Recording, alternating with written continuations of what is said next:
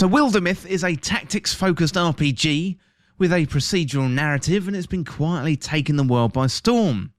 You know, for me, this game was a slow burn, but when it got its hooks into you, it's something that burns very bright and very hot, and in other words, it's really, really good.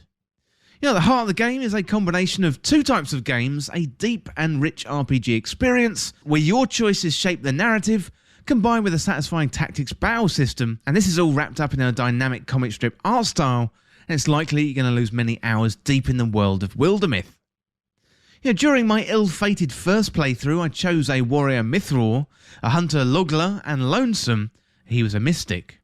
So you run through the first hour or so in tutorial mode, you're taught the basics of the tactical combat system, and I had to save my friend Logler. So I say friend, but I did have the choice at the start of the battle to run in there and make this a romantic engagement, but I chose friendship to keep things less complicated, to be honest. You know, Logler is trapped in a burning barn, and there's fire and a wild beast trying to kill her. You know, he teamed up, put out the fire, and I slew the beast, and then it was on to the next step of the adventure.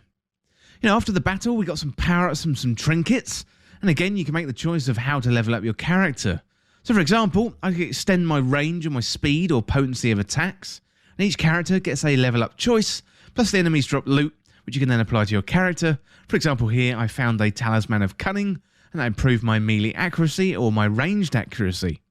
So once this was done, it was back to the narrative, which is presented in a comic book style.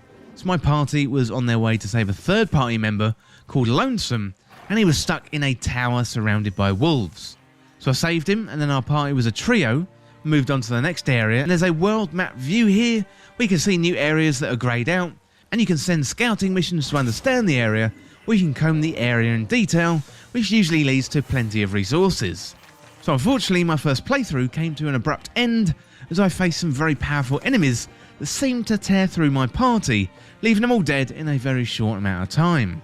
Well, the complexity of the game and its reactions to the narrative, they're quite surprising, and I often wonder how they do it with the number of party members and branching narrative choices. For example, my warrior Mithril, he was in a cave and then he saw a jewel that he liked the look of, and I was offered a choice. I could leave it alone, or I could try and pry it out with my sword and sell it.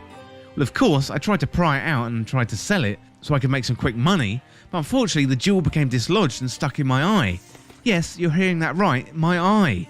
You know, poor old Mithril then had a jewel for an eye, and until my party was unfortunately killed. It did offer up a unique kill ability though, so when Mithril died, I did have the option for the jewel to explode on death, dealing extra damage to anyone near me. So this kind of interaction with the environment and my party of characters is pretty surprising and interesting. I'd love to see how this plays out in other playthroughs.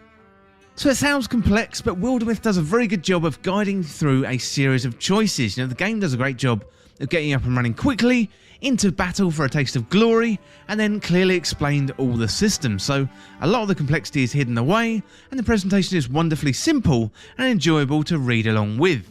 You know, I'm not very good at tactics-based games, I've never have been. You know, I've tried and spectacularly failed in many games like this, but Wildermyth manages to make things nice and simple and gives you that freedom on the board more than other tactics games, plus it eases you into battle in the early rounds, helping build your confidence when you go into battles.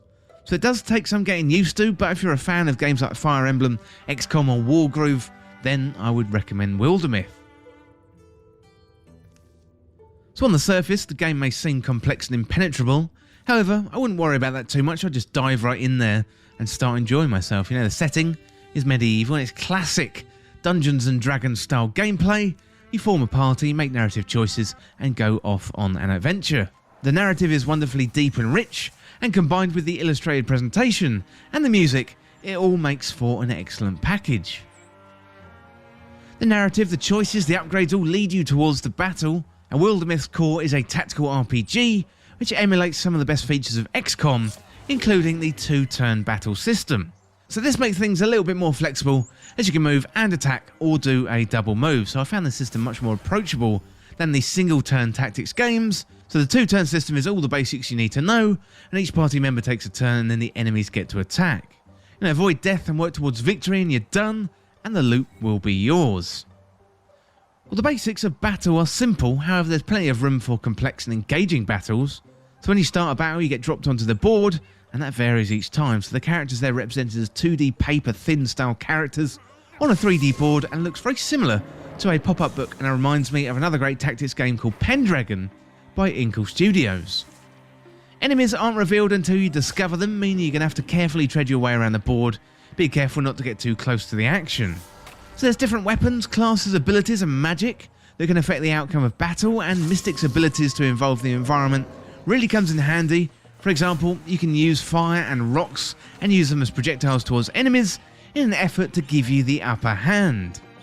And like a good game of chess, piece placement is key to victory and understanding how the pieces move. So attack enemies from the side for greater damage, or combine with your allies to create a stronger defense. There's plenty of complexity in the battle system that reveals itself over the hours of gameplay, and it's something that takes practice to get really good at. You know, take on enemies in battle, get more powerful, and so quickly you're going to become a party and a force to be reckoned with in Wildermyth. Well, the action is playing out on a combination of 2D and 3D, however there's a weight to the combat and a feeling to the game, which is much more satisfying than any other tactics game I've played.